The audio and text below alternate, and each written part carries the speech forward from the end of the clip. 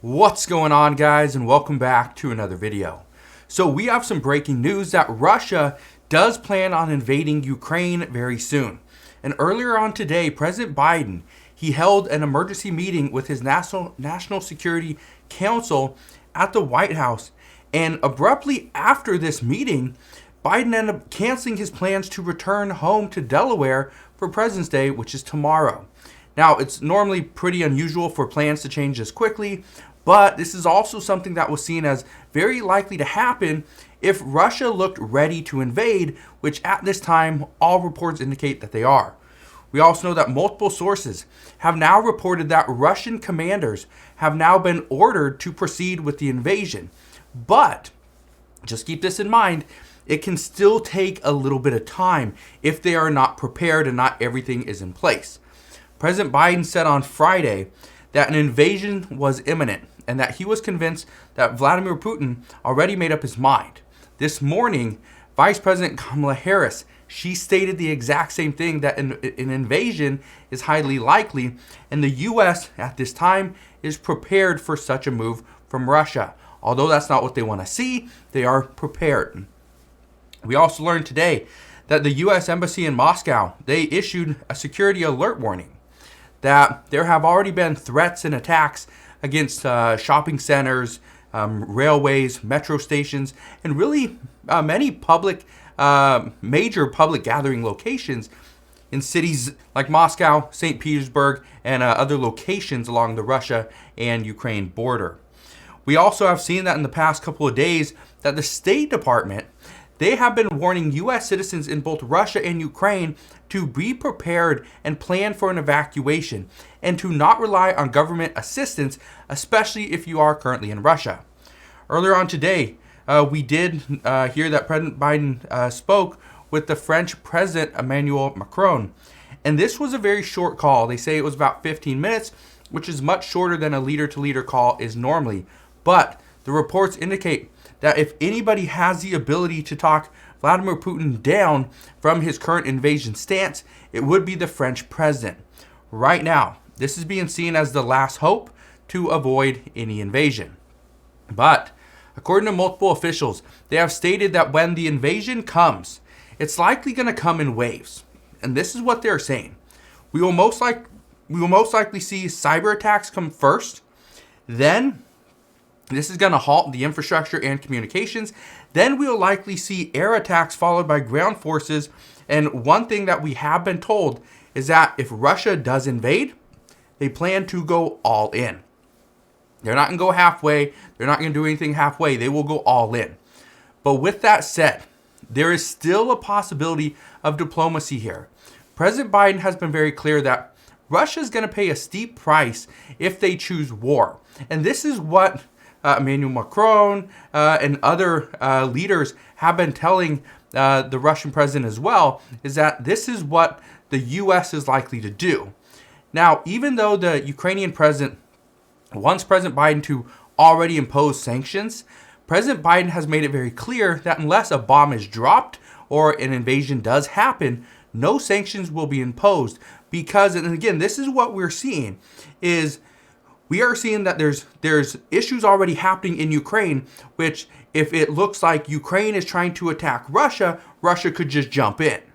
We're also seeing if the U.S. were to impose sanctions and jump the gun, so to speak, then Russia would just go in anyway. So right now, that's the issue. President Biden is still hopeful that a diplomatic agreement can be reached, but at this time, it's just a waiting game.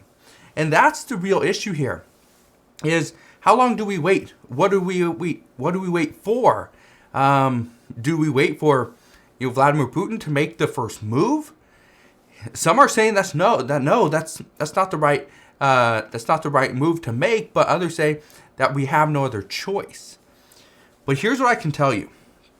In a recent poll that was released just the other day, 57% of Americans believe that the U.S. should not get involved in any Russia-Ukraine ordeal. But here's the reason why we're seeing this. And President Biden has already stated that if an invasion occurs, there will be substantial consequences here at home.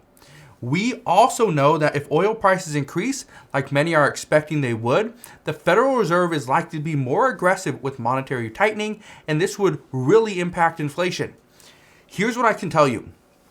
The reason why Ukraine is seen as such a big deal is because of Europe, okay? Because the issue is, if we see, which Ukraine is not part of NATO, okay? And so, I don't want to get too complicated here, too complex, but Ukraine is not part of NATO.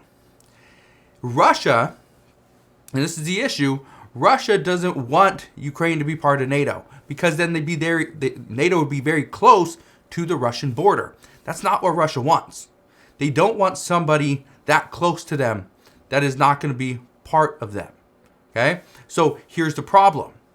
Right now, the United States, obviously part of NATO, Europe, other countries as well. But what we're seeing is Russia is trying to do everything they can to get bigger, to have a little bit more. They don't want people that close to them. Well, that's going to create a problem, because what we're seeing is the United States and NATO, they want every single country to be able to choose how they run, not be forced to run or pretty much operate under somebody else's guidelines, under somebody else's direction.